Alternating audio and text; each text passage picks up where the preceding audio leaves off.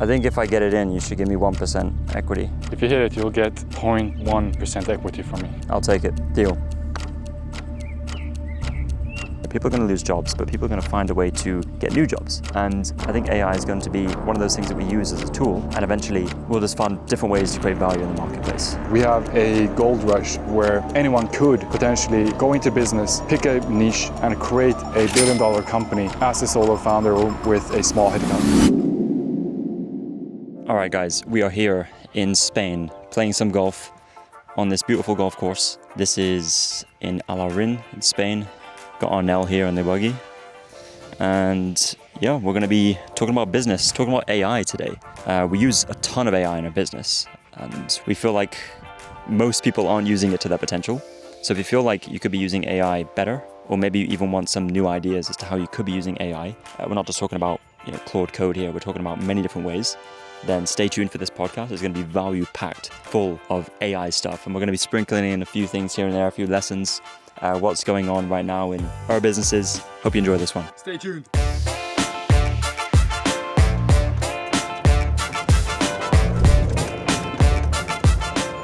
Let's see.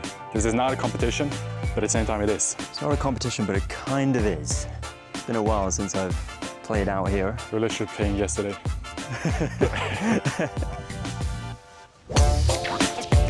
What a beauty. For the first shot of the day, I'll take it. Arnell is new to golf. This is the first time I'm playing. Take it nice and easy. I've never swung a club before, so let's see how this goes. Nice. For the first tee, on the first hole, for two non-golfers, we did not lose a ball. Say that is very, very successful. Okay, so if you're a business owner, you must have your team using Claude Code, and they should be building things every single week. Because nowadays, the way I see this going with the AI stuff is like everyone is going to become an architect. Everyone is going to become an orchestrator of the AI. They're going to be getting AI to do that job for them, but you still need someone to build it and oversee it and improve it. You might need some human in the loop feedback, right? So what we're doing and our goal within our business is we have everyone and we're training them, we're educating them on AI, we're giving them a Claude subscription and basically, getting them to build stuff, whether it's reports, dashboards, automate stuff in their work. I would highly, highly encourage you to do this now because it's going to take a few months for people to adapt and get on it, but you're still so early. So that is one quick snippet of what we're doing at my business, and I think it's going to be huge in the coming months. On the topic of AI. AI. I love AI. Is it ChatGPT? So on the topic of AI, there's a lot of teams out there that are experimenting with it. Everyone wants to get on it. But something that I've experienced and also seen in other teams is the reluctancy to want to use AI. And the fact is that there are people that are actively, either subconsciously or consciously sabotaging the adoption of AI because it feels like it could potentially replace you and take your job. So you'd rather not excel at it and bring it into your team, into your company to serve your role and help your function. And the way to get around this is just make your team comfortable in knowing that AI is not here to replace you. We want to increase the output, but we also want to move beyond the old way of working. We want to get into the new era and want to adopt AI in an efficient way. So be mindful of that. Keep your eyes out for any kind of sabotaging, whether it's conscious or unconscious. That's currently happening a lot right now. All right, we're going to get a lost ball counter on the screen here. So lost balls 1. See what happens here. All right, we're in play. Where'd it go? Gone.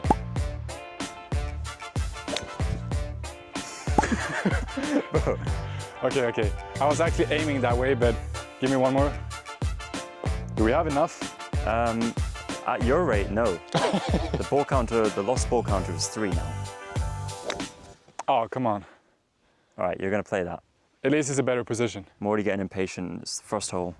So my general thoughts on AI and where I think it's going, it's clearly the most important technology that's ever been created, up there with the discovery of electricity. To me, this is obvious, but this is obviously not a fad. It's not a trend. It's not something that's here for a moment. And it's definitely not something that's capped in any way. If you're on LinkedIn, you will see endless messages, posts on the topic that AI is not here to replace anything. It's a tool, just like any other tool. And that's not the case. AI is not just like a hammer. It's not just like the Industrial Revolution. It's far beyond that. It's very different, because at this point, we're not just emulating force and motion and power. We're emulating cognitive abilities. So what AI will allow people to do, or already is allowing people to do, is real white label work. And this is not going to stop where it is right now. It's not a technology like a hammer, where you've now created a hammer, and how good can a hammer actually get? No, AI will keep accelerating in its development. It will get better. The parameters will be increasingly more powerful, and the models will just get orders of magnitude better over time. And that's my initial thoughts on AI, or that's what I think about it. And honestly, it's a matter of time. So whatever you want to do today, or whatever business you want to run, keep in mind and keep top of mind where you realistically think that AI will be in 6 months from now, 12 months from now, 24 months from now, and imagine where your business fits into that world. I'll leave you with that. All right, hole 1, I would say out of 10 was like a 7, just knowing how rusty we are. 7 out of 10. The goal is for this one to be the same or better. If we don't lose a single ball in this hole, we're fine. Now, if we look where we're shooting at, there's like a big hill, we can't see over it. We need to basically shoot over the hill to the right of the trees, like those trees on the left to the right, so in the middle. If you do it well, you should end up directly on the green. Very easy to lose your ball on the right-hand side. I would know that because I've lost many balls on the right-hand side. A couple of pointers on how to use AI and how not to use AI. So we use AI heavily in my team. Me and Jordan use it primarily for all the work that we're doing. And I'm 99% of my waking time, I'm currently using AI, using Claude to my advantage during work. So a couple of pointers. If you're coding with Claude or doing code work, whatever you're using with Claude, make sure to learn and leverage skills. Now, skills is a huge one. We do SEO work and AEO work to help companies get ranked for AI engines. And we have a skill that audits clients' websites and their strategies. And rather than writing this huge prompt over and over and over again every time we want to run an audit, we have a skill that does it. Now, skills can also be evoked automatically by the AI if it recognizes that it would be useful for that particular task. Number 2, use rules. Claude has rules. It's separate from skills. And essentially what it means is that they are invoked on every prompt. They are feeding into every prompt that you send. And you make sure that whatever rule you want to set for Claude, how you're going to publish the code, how it's going to execute it work, making sure that it's consistent every time. And the third one, with all of these in mind, is be aware of context limits. Now, AI models don't have unlimited context. The more context you feed them, the less they actually adhere to each point in that context. So be respectful, be mindful of that context window, and your agent will be working much more efficiently. So to latch on to what Arnell was saying about how to get the most out of Claude, I'll tell you what I've learned from my perspective, because Arnell is more technical than I am, and I learned a lot from him in terms of how to just be more efficient. One thing, if you're using Claude Code, or even Claude Cowork, make sure you have your MCP for Google Chrome connected, because that's going to speed up your work so much. I was going to Google Chrome, telling Claude what I was seeing, manually giving it APIs and everything, whereas actually if you give it access to Chrome via MCP, it's going to speed up your work by so much. It's ridiculous. And just to double down on that, so to explain what happens is when you give Claude access to the Chrome MCP, it will literally go into Chrome and click around for you and use the browser on your behalf. And the way to use it, if you have a tedious task that you actually don't want to use, or you have to do work like setting up a funnel in Google Analytics, and we all know how tedious the Google Analytics UI is, just tell Claude to do it. Well, this is what I mean with I don't feel safe with Jordan driving. Using Claude is a bumpy road, but after you're through the bumps, it's all smooth sailing. If I could, I would give Claude MCP to this buggy and replace Jordan. Wow. Wow. So there's one ball up there. The problem is we don't know whose it is. I would estimate that it's yours. So let's go over, let's have a look. I would guess it's mine as well. Of course you would. Yeah, that's mine, 100%. Which means mine is probably, it could be down there.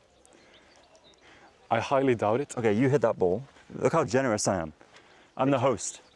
Jordan is being delusional at the moment, but I let him be because I know he was happy. So there's an app called Whisperflow, which we would recommend for any Mac user. I'm not sure if they have support for Windows.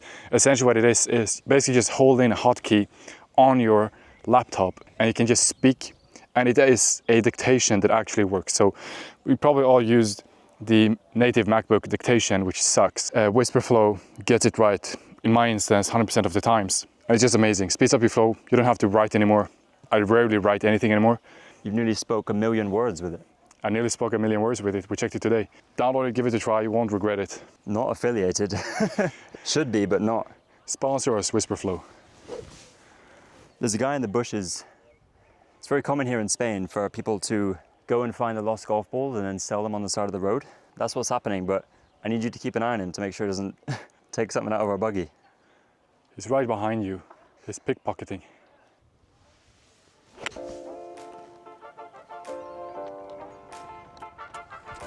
Oh, beautiful. Under pressure.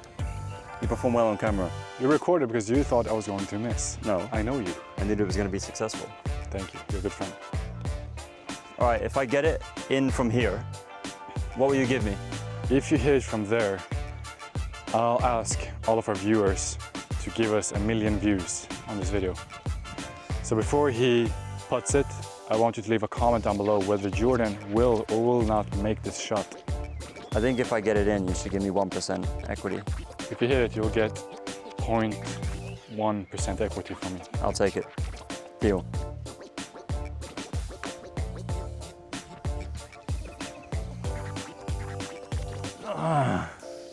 About 2 meters out. I'm actually relieved I get to keep 0.1 equity.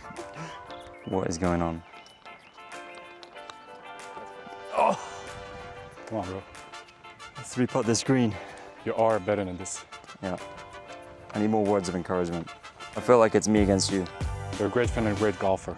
There we go. Words of affirmation is everything you need. See? It works. A lot of AI talk, and if you're not caught in the loop, or you're just simply struggling to find out where you can stay in the loop of the AI news, because there are so many news coming out every single day that are actually meaningful. So my best source for updates and industry updates on AI is the platform X. I go into X many times a day, scroll through and see what's new. My feed is curated to talk mostly about AI and tech and B2B SaaS. And just scrolling through there, and if you build your feed to show you only that, you will get updates such as the newest cloud updates and newest features. New products are been released, new tips and tricks on how to use AI agents, how to build a B2B SaaS company. There is so much gold in X that I definitely think is worth checking out. Now let's watch this tee. Ooh.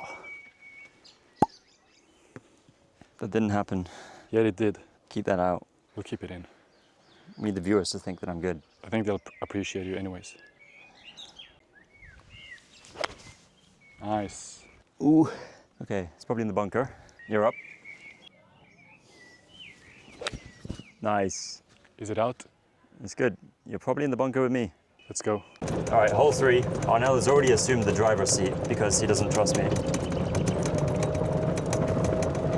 Hiring is one of those things that is extremely difficult. Most business owners don't like doing it because it's so easy to make a wrong call. So the way that we're using AI with hiring is pretty much every step of the process up until the interview. And then there's some things after the interview that we use it for. First thing is sourcing. And we actually built an AI recruiting assistant. If you want to use it, it's at yando.io. We basically built it internally. We had everyone asking us like, hey, can I use it? So, we decided to turn it into a product. So yando.io, you can try it out. And I would love your feedback on what you think. But essentially what that does is you just tell it, like you would tell AI, hey, I need to find this person. Wow. Nice shot. You just tell AI, hey, I need a project manager, this, 3 years of experience based in Latin America. We're going to pay $3K a month. It's a full-time role, fully remote. It will actually go and find those candidates for you in real time and bring them back just in a couple of minutes. It's going to build out the whole hiring plan for you, the job description, the scoring rubric, the skills test that you should give that person, what to ask them on an interview. All these things, it's going to build it out in a few minutes. It's going to find the candidates for you.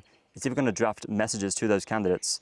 And once you approve it, it will automatically reach out to those candidates for you. Yeah, Yando.io, it's the first of its kind in terms of just doing everything for you. There's many others out there that don't do the whole thing. They just They say that it's AI recruiting assistant, but it only helps you like filter the applications or finds the applicants, but doesn't actually contact them for you. We both had very advanced hiring funnels. Both me and Jordan built in Notion, built in Sheets, and then we had either a team member that would source and communicate with the people, and we would make the final decision by having a call with them, and we would, send an offer. And so even though we had advanced funnels that simplified things, we were still struggling with actually making it fully automated.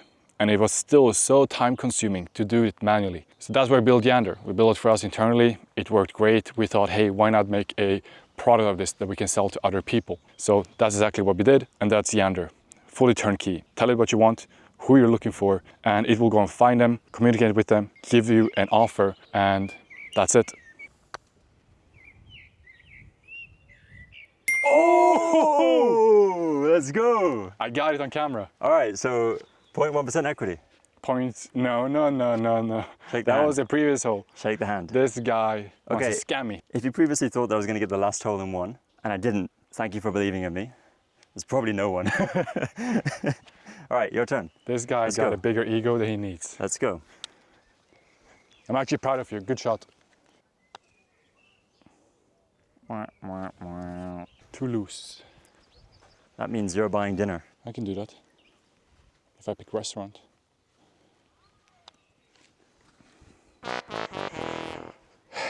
Such a fun game. Golf's great, isn't it? Yeah. Wow, nice and easy, nice and easy. Therapeutic. I used to hate playing golf because I would overthink every single shot.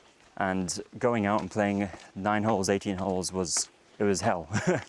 I'd get frustrated, I'd get in my own head, and it would be the worst 4 hours of the day. But now, I feel like you perform better with less pressure. I think humans make better decisions when they don't think about it. Yeah, for sure. Like they just act on their intuition. Of course, some decisions require like some more thought through, but a lot of things, before your mind gets involved and rationalizes everything, you're better off just going off of your gut instinct. Yeah. This guy has many talents. Record, implement, and drive at the same time. So the white tees are like when you're very good. Otherwise, you play off the yellows. The reds are for the ladies, so if you want, you can play off those. Is this a driver? Yep, you want a nice and easy pop it over the mountain. Keep it to the right, but the hole kind of goes straight and then right. So it's a dog leg right. Nice and easy, poppity mountain.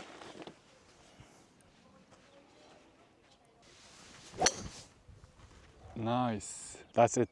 That's the one. Should be enough. Getting on the topic of how to stay updated on AI. So X is definitely a great channel for this, and the reason for it is because there's a lot of practitioners on there. There's entrepreneurs, there's indie hackers, and there's people just genuinely curious and very ambitious about AI and leveraging it better than most people do. So yeah, staying on there, scroll through, curate your feed so that it gives you the stuff that you're looking for, and that's a great source for news. That's how I stay in the loop. One more very niche way that I stay in the loop is that I have the Perplexity app downloaded on my phone. And the Perplexity app has a feed function. So inside of the app, you can click on the feed, which gives you a curated feed of the latest news. And it's everything from politics to technology to business, whatever. And that's also what I use to stay updated. I rarely go onto YouTube to get the most up-to-date news. I don't go to any other source. It's X #1 for me, and it's Perplexity #2. And that's basically all I need to stay updated in terms of AI. All right, so we're now going to do a quick fire round where we're going to be talking about businesses we think are safe, businesses we think are new, and businesses we think are out. And I'll just get started with restaurants. Okay, restaurants safe. Safe. People are always going to go out and eat. Yeah, unless we think that services like Uber and DoorDash will replace it. Yeah, But, I don't think they will. Okay, law firms. Out. I'm going to say mostly out, but some will stay safe because they'll AI-ify themselves. They'll use AI to do a lot of the heavy lifting to make themselves faster, to be able to take on more clients and have more capacity than they were able to do previously. They're probably also going to be able to lower their prices. So they're going to be able to compete with people who are using solely AI for law and legal services. I also think that there's going to be a subset of humans who always want to speak to a human for the legal stuff. Knowing that AI can hallucinate, they won't trust AI, especially the older generation. I agree with that. I think it's going to be a very niche thing, however, very premium and niche. And I don't think that AI will not be able to provide a better service. I think humans will provide this worse service, but the reassurance of talking to a human will be the premium price. Bookkeeping firms, Out. out. I agree. Marketing agencies. Safe, with the caveat, it's going to be AI-fied. So it's going to turn more into more of a productized service and scalable, and I think just better. There's so many marketing services out there that just crap. Yeah, I think there's a lot of them that are going to be wiped out that stay traditional, stay human only. The ones that will progress forward will use AI to be faster, to make their service better, to drive down the price. My worry is that it gets into a price war and it's a race to the bottom. Ultimately, I think everyone's going to want quality, right? So people will pay for quality. But now you're going to be able to get quality on the cheap because some agencies will figure out how to continue to deliver the quality, but at a fraction of the price. Or they'll keep the price the same and make more margin. So interesting to see how that plays out. It's going to be a big change. So if you're just looking to keep servicing your clients the same way that you've done the past 3 years, you're out within the next 12 months, if even that. So the way that you deliver their services has to change drastically for you to stay in the business. So we just did, we talked about what businesses are safe, what businesses are out. Let's talk about what we think will be new businesses that are currently unimagined or just up and coming. One thing from my end that I think will be more of a thing is full stack marketing agencies. So full stack marketing agencies have always been seen as cheap, not being able to provide any good service in any particular vertical. With AI, I think marketing agencies will be able to go 360 and provide high quality, high value services in multiple different verticals. That's my take. I think the audience is tired of seeing up your nostrils. Like you take the camera and you're like, I think the best business in AI is going to be. I think you're a hater. What businesses do I think are new? New. I think there's always going to be businesses created out of improving what you can do with AI.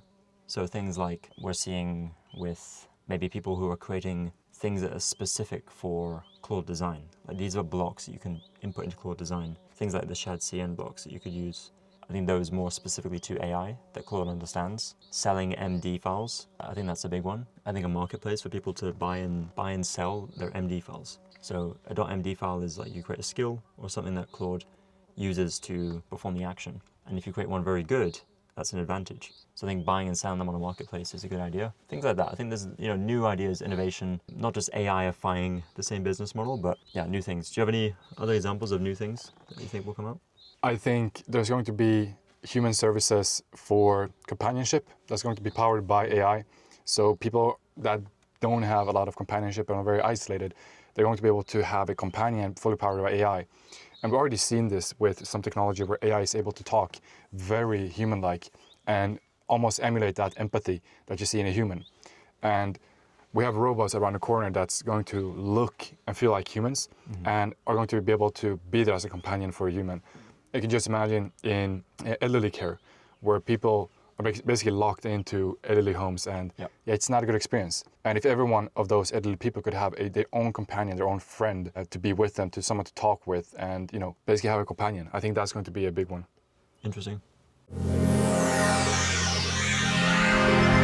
All right, we have a segment called long shots, right? You get it? It's golf, take long shots, and we're going to be talking about how we've taken long shots and some that worked and some that didn't. Long shots in business and life. So, who wants to go first? So let's talk about Yander. That's our long shot. Yeah. So Yander is our HR tool that will help people and help companies do recruiting fully automatically. We already have code. Code is automated with Claude Code, and we have all kinds of functions that are automated today with AI. But one that still remains the most difficult to automate is HR and recruiting and finding great talent for your team. And that's what's holding back a lot of people. It's like they have great ideas, they're growing. Their number one pain is adding more team members to the team that can keep up with the demand and keep delivering. And that's what we're doing with Yander. Extremely difficult problem to solve. There's a lot of things that we realized going into that, like this is not what we expected. But it's a big problem to solve, and that's why we see opportunity in it. Our long shot is we want to create a lot of value in the marketplace where this is your own internal AI recruiting assistant. You do not need to hire a traditional recruiting agency. Your HR team is going to be truncated to people who just manage the hiring process and oversee the humans. The second part of Yander is that it doesn't just help you recruit people, but it helps you retain people. we have a feature called Pulse, and Pulse allows you to keep a pulse on your employees. And it does sentiment analysis, response times in Slack, engagement, meeting attendance, all those things. So it helps you retain your best people, but also get rid of the people who shouldn't be on the team. And it's all about recruiting and retention. And we believe that people will still be part of businesses for a long time to come. Even if the roles change, even if AI gets more prominent, which it will, there's always going to be humans involved. We're betting on that. And we want to create a lot of value with this business. So that is our long shot. Maybe let's talk about some long shots that we've done in the past, and did they work out or not? I mean, one that I covered in a previous video is my long shot was moving to Dubai. The reason for that is that I had stagnated in Sweden. Not stagnated per se, but I felt like I could move much faster moving to a new location. And that was a big long shot. I moved with no money and was jumping from hotel to hotel, living on discounted hotel rooms for the night. And that eventually panned out. That was a big risk that I took that had a big upside. The safe bet would be staying in Sweden and just basically battling out and trying to figure out how to grow the business from there. But yeah, it worked out. So my long shot is spending a ton of money on mentorship, probably over $100,000 at this point on mentorship, mainly in business, coaching, courses, and a lot of it I don't think helped me, but there's only a little bit that did, and the bit that did, it's the 80-20 rule, right? The 20% of information gave me 80% of the advancements. I do think that it's important to always continue learning. Sometimes you're going to invest money in something that doesn't work out, and it shouldn't be the reason why you stop investing in yourself. So I would say spending a lot of money on yourself and your own learning. Some great ways to find mentors. I would say intro.co. I'm not affiliated with this platform at all. I've used it myself, but you can speak to people who built and sold billion-dollar companies. You can speak to people who have gone through hard times in business and made it, people who were in president positions, CEO positions. So regardless of where you're at in business, I think it's helpful to understand where you want to go and speak to someone who's already done what you want to do. That is the most simplest way you can go about it. So intro.co is great. I've used it myself. MentorPass is another one which is more specific to e-commerce and running an agency, but also very great. And another way is you just find someone on LinkedIn who's done what you want to do, reach out to them and say, hey, this is what I'm doing. You mind if we can get 15 minutes? A lot of people will be willing to help you. So a lot of it is just asking and reaching out. I think also it's important to have information, not just in the business realm, but also mindset. Mindset is everything. So if you are into like spiritual kind of universe, those kinds of things, I love this stuff. You are where your thoughts are, so make sure your thoughts are where you want to be. And you can read reality transurfing, you can get mentors within the reality transurfing space. Go down the rabbit hole on YouTube and find people. So that's a long shot that worked out. We are on probably my favorite hole of the course. Just gonna take you through this drive. This is at the top of the mountain. So the most scenic. Arnell is holding on for dear life. You film, we're losing traction. Did you hear that, guys? We're losing traction on this hill. Not the first time.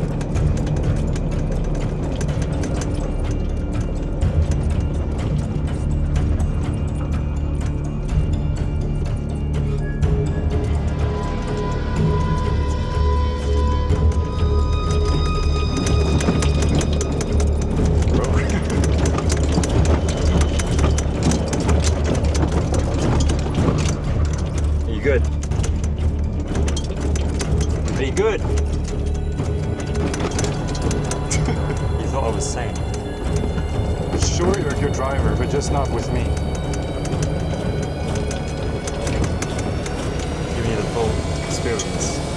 I'll tell you guys, once in Tunisia, this guy and I were paired up and playing golf. He drove us straight through a bush. When was that? In Tunisia. Do you have evidence? When I was sitting in the passenger seat and he drove straight through a bush on my side. I don't really remember that. You know what? I feel like you're out to get me. You're a great guy. I'll leave it there. So we're going to give our thoughts on where we think AI is going and where we think all of this will end up, because there's so many changes happening right now. And a lot of people, including us, are wondering, where does this leave us? So my thought on AI is a bit more doomy. I believe that AI will get so good that there will be no need for humans in capitalism. There won't be a need for humans to deliver a service when we have AI that can do it better, faster, and cheaper. That's my opinion. That's what I think will happen. And I think that we're closer to that than most people would think. So I'm looking at 2030 as the kind of the crossing line where something will happen before then that will disrupt capitalism. And I think that's closer to 2029, 2028. But I believe that in the meantime, we'll have a lot of things going for us. Cloud code, you can build a business. The good stuff, which I'll deliver, is this is like any revolution. So past in the revolution of cars coming in, all these machines, all these people were left without jobs. People who used to take care of the horses and the horses' hooves and all these things. They were very against cars coming in and all these machines and people doing things by hand. Guess what? Those people found a way to become valuable to the market. I think it's the same here. People are going to lose jobs, but people are going to find a way to get new jobs. And I think AI is going to be one of those things that we use as a tool, and eventually we'll just find different ways to create value in the marketplace. So I see this as opportunity. You want to add some good stuff to redeem yourself? I think that even though I believe that's where we're going, I believe in the meantime and during this period, we have a gold rush where anyone could potentially go into business, pick a niche, and create a billion-dollar company as a solo founder or with a small headcount. And the reason behind it is that you have coding agents like Claude. You have tools that can animate videos for you. You have all of these tools in your possession to build essentially anything that you want. And the people that will excel the next few years are the ones that lean into it rather than lean back on their heels. So if you want to make it the next few years, be the one that leans into it fully and wholeheartedly and not sitting on the fence. That's where the value is, and that's where the value will be the next few years. I think you have to always be changing yourself, and it's uncomfortable. You always have to be adapting to the new model. You always have to be thinking about how can you reinvent yourself and your service or your product. And it's tough because it's almost like you feel you're never settled and you can never actually build something. But it's so easy now to fall behind and not be up to date. And I feel this myself, using the latest models of Claude, now I feel amazing. But I know that, new updates, staying on top of new updates, new tools, a lot of people get stuck in their ways because they've been doing it for so long and it works. So they want to continue doing that. But it's going to be very uncomfortable for the next few years as people become redundant unless they use the new tools. Yeah, that was great. Do you want me to start recording? All right. I feel like you're passive aggressive now that I interrupted your flow. I am. I was actually pissed.